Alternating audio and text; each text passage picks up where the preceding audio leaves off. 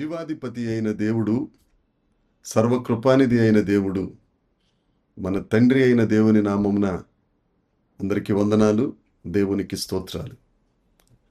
దేవుని యొక్క ఆదరణలో, దేవుని యొక్క ప్రేమలో ఎంతవరకు కాపాడబడి ఇక ముందు ఆత్మీయతలో ఉన్నత స్థలములకు వెళుతున్న దేవుని ప్రజలైన వారందరికీ యేసుక్రీస్తు నామమున వందనాలు. ఆ గొప్ప దేవుడు ఈ నూతన దినములో మనకు అనుగ్రహించిన దేవుని యొక్క ఆదరణ వాక్కు, కృపావార్త. యోహాను సువార్త 14వ అధ్యాయము 16వ వచనము. నేను తండ్రిని వేడుకొందును, మీ వద్ద ఎల్లప్పుడూ ఉండుటకై ఆయన వేరొక ఆదరణకర్తను, అనగా సత్యస్వరూపియగు ఆత్మను మీకు అనుగ్రహించును. దేవునికి స్తోత్రం కలుగునుగాక. మనకు ఆదరణకర్తను, సత్యస్వరూపియగు ఆత్మను మనకు అనుగ్రహించి ఎల్లప్పుడూ మనతో ఉండుట కొరకై యేసుక్రీస్తు ప్రభు ఆదరణకర్తను పంపించారు. మనమంటే ఆయనకి ఎంత బాధ్యత. ఆదరణకర్త అనగా పరిశుద్ధాత్మ దేవుడు అని అర్థం. అది అందరికీ తెలిసిందే. యేసుక్రీస్తు ప్రభు శరీరధారిగా ఉన్నప్పుడు, శిష్యులతో సంచరిస్తున్నప్పుడు ఆదరణకర్త సత్యస్వరూపియగు ఆత్మ పెంతుకోస్తు దినమున యేసుప్రభు శిష్యుల మీదికి దిగి వచ్చిందన్న సంగతి మనందరికీ తెలుసు.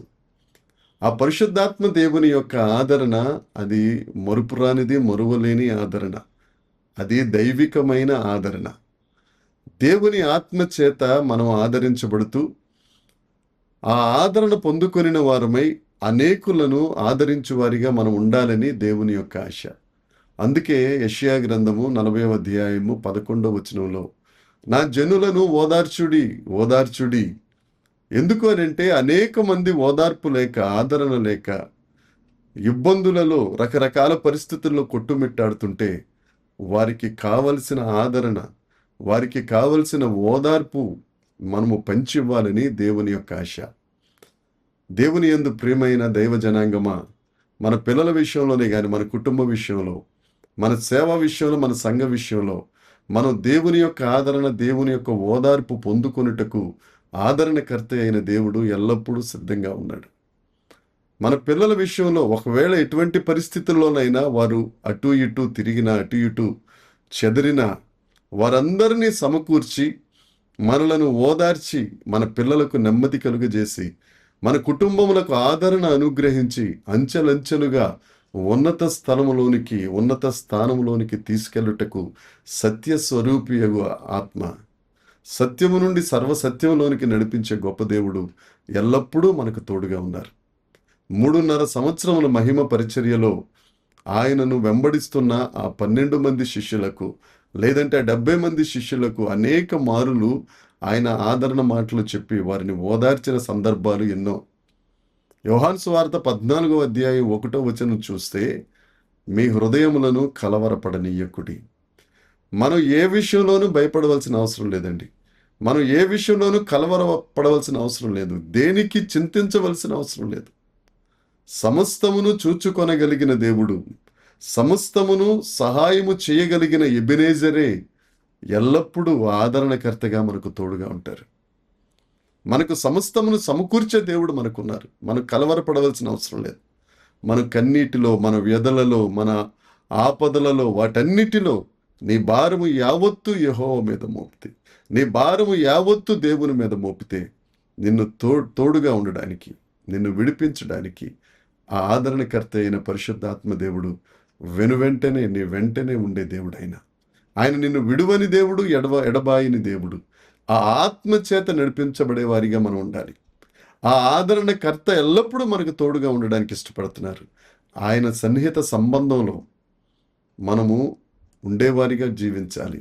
వాక్యం లేకుండా, ప్రార్థన లేకుండా, ఆత్మ లేకుండా నువ్వు ఎంత ప్రయత్నం చేసినా ఆదరణ కరువై గుడ్రాలు స్త్రీ ఎడారిలో పరిగెత్తినట్లుగా భయంకరమైన స్థితిలో ఉండవలసిన స్థితి వస్తుంది. దేవుని యందు సహోదరి సహోదరులారా, ఒక్క మాట దేవుని ఆత్మచేత నడిపించబడదాం. వాక్యంతో మన హృదయాలను నింపుకుందాం. ప్రార్థనలో ఎదుగుదాం. దేవుణ్ణి స్తుతించు వారిగా, మహిమపరచు వారిగా, ఆయనతో సన్నిహిత సంబంధం కలిగిన వారిగా జీవిద్దాం. తప్పక సత్యస్వరూపియగా ఆత్మ ఆదరణకర్తే అయినదే ఆ పరిశుద్ధాత్మ దేవుడు మనకి ఎల్లప్పుడూ తోడుగా ఉండునుగాక. దేవుని కృప మెండుగా మనందరికీ దీవెనలతో నింపునుగాక. దేవుడి మాటలు దీవించునుగాక. చిన్న ప్రార్థన చేసుకుందాం. పరలోకమందున్న మా తండ్రి, పరిశుద్ధుడా, కృపగలిగిన దేవా, నీకు వందనాలు చెల్లిస్తున్నాం తండ్రి. ఆదరణకర్త యగు దేవుడు, సత్యస్వరూపి యగు ఆత్మ మాకు ఎల్లప్పుడూ తోడుగా ఉంచినందుకు, దేవ ఆదరణకర్తను మాకు తోడుగా ఉంచినందుకు నీకు వందనాలు చెల్లిస్తున్నాం ప్రభా.